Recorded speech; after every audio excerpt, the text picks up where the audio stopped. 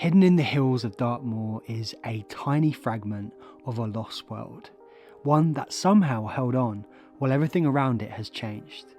This is one of Britain's best and last remaining examples of high altitude oak rainforest. Very few people know places like this exist, and even fewer know why they matter. This is a place that I've wanted to visit for a very long time. So when I first found out that Britain had rainforests, I was, like most people, pretty surprised. But when you consider just how much rain that we get here and that trees grow incredibly well here, it kind of seems a little bit obvious. When we think of rainforests, we think of monkeys, we think of parrots, we think of dense jungle. These are tropical rainforests, and it's what we learn about during school as we grow up. But rainforests can also be cold and windswept places growing on the side of a hill. Temperate rainforest is what we have here in Britain, and much like the name suggests, these are habitats created by water, by the rain, receiving a minimum of 1,500 millimeters a year throughout the year. It's this rain and high humidity and mild winters which creates the optimum conditions for the defining features, the defining characteristics of this habitat, the bryophytes and epiphytes. These are the quirky life forms which smother seemingly every surface available. From branches to boulders, these layers of mosses, lichens, liverworts and ferns make it what it is. Incredibly biodiverse, incredibly beautiful, but also incredibly rare. Looks like we've got a Dartmoor traffic jam here.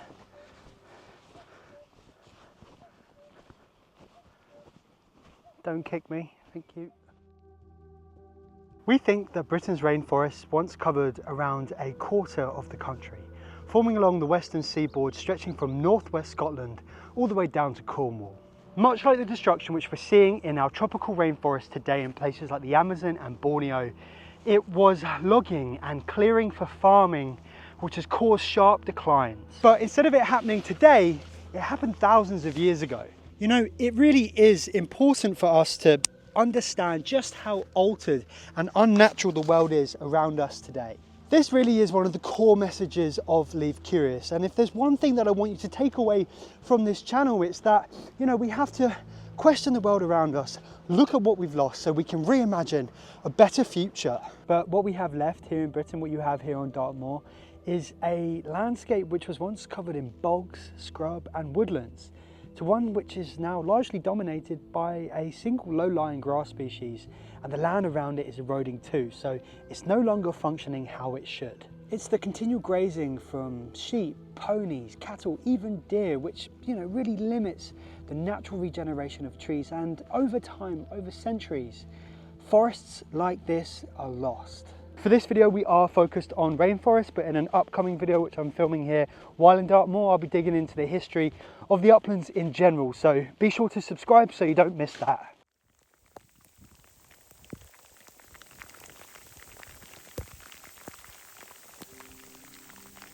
And here we are, we're at the edge of Blackour Cops. This is where we've come today.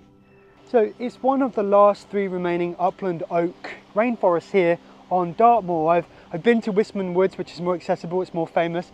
I haven't been to Piles Copse, and I haven't been here yet. This is Blackour Cops. So the name Blackour Cops comes from the tor which towers above Blackour Tor. Like many of Dartmoor's features, the name is simple and descriptive. A tor is a granite outcrop sculpted by ice and time, and this one, Blackour, gets its name from the dark look of the stone, especially when the mist rolls in. I believe there's over 160 tors across Dartmoor, and they really are monuments in the landscapes which have stood for tens of thousands of years. And they really do give a lot of character and meaning to Dartmoor, but I think the rainforest does even more so. If you want to get more of like a detailed and personal account of this trip, go over to Patreon. It's not only the best way to support the channel, but also to engage and see behind the scenes. So I've linked that down in the comments. So Blackour Copse is about 2 hectares of these gnarled sessile oaks.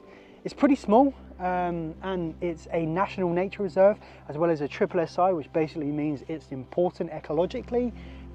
Actually, what I want to do is have a look around and understand, you know, what kind of condition is this rainforest in.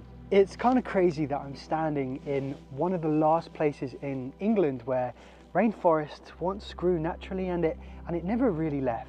Blackour Cops is a survivor. It's survived not because it was loved or protected, but more because it was hard to reach, hard to use, and really easy to overlook on this hillside. This patch of trees was spared the axe, and while these trees are probably about 400, maybe 500 years old, death and regrowth has been happening here for thousands of years. And because Blackour Cops still stands here today, this doesn't mean that it wasn't ever lived in or used by humans.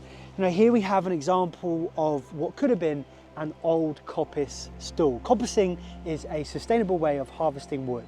And this is something which we often forget, is that our ancestors once lived intimately with places like this. Habitats like this are far more familiar to us than LED lit buildings.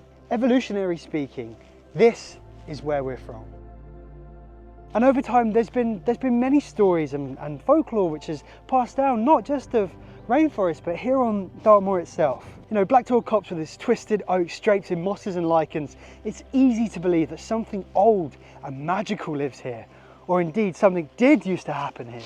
And really on Dartmoor, you don't have to look too far to find folklore. There are tales of piskies, mischievous forest spirits who led wanderers astray in the mist, of ghostly whist hounds, huge black dogs set to hunt across the moors by night, eyes burning with fire. Some say they're led by the devil himself, sweeping across the tors, looking for lost souls. In old Dartmoor beliefs, the trees themselves held special powers, and rainforests like this, they're not just in the background, they're sacred, they're alive.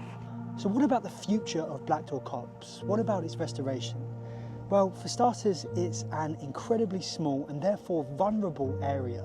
I'll be the first person to say that we have to be able to come and experience habitats like this, but when we do, we just have to be respectful. One of the best things that we can do for temperate rainforest is to walk around it and not through it. So don't go stepping on all the moss and all the lichens, because these are very, very fragile. Another threat to temperate rainforest is the rising summer temperatures and shifting rainfall patterns, which really threaten the delicate balance that these ecosystems depend upon. Without intervention, without taking action, we risk losing all of the delicate moss and lichen communities which have lived in these habitats for centuries. And while it is very unlikely that a habitat like this will be cut down, it is still heavily stressed by overgrazing.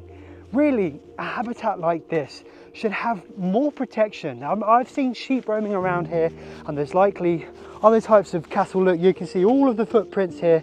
This is likely from larger cattle. Deer are probably getting in here as well. And this prevents the natural regeneration of trees. Uh-oh, I've just sunk.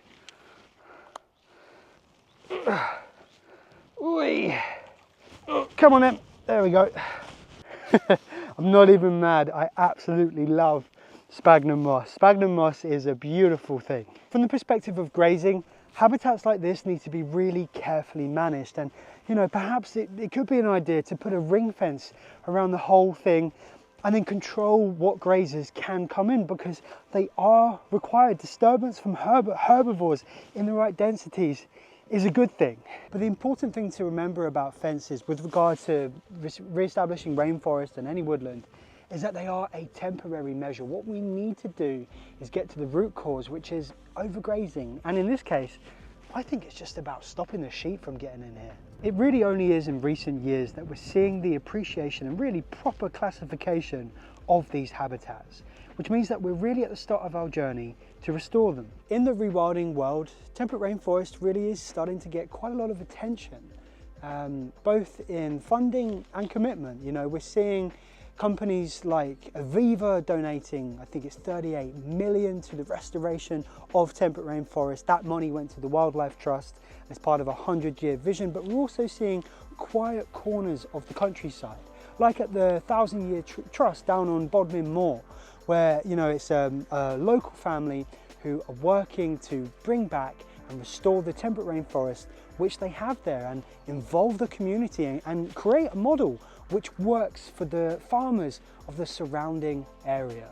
And we're starting to shift away from the agricultural policies which absolutely governed our uplands, you know, like the Common Agricultural Policy and, you know, the basic payments which upland sheep farmers really did rely on. All of that is beginning to go away, and we're transitioning into this new era for farming and nature restoration. And you know, there's still a long way to go, and as things go with policy and governments, there's always going to be uncertainty, but you know, I'm quietly hopeful that things are going to work out. You know, now is the time to begin to do things differently here in Britain, and I think we have to be prioritising habitats like this and getting them back as fast as possible. In the upcoming video which I mentioned, I'll be getting into all of these details in a greater depth, so be sure to subscribe to not miss that video. If you want to support Leave Curious, if you want to engage and see behind the scenes, then check out the Patreon here, which is on the screen now. And here I have a video for you about the 1,000 Year Trust, the project which I just mentioned. In the meantime, thanks for watching. Leave Curious.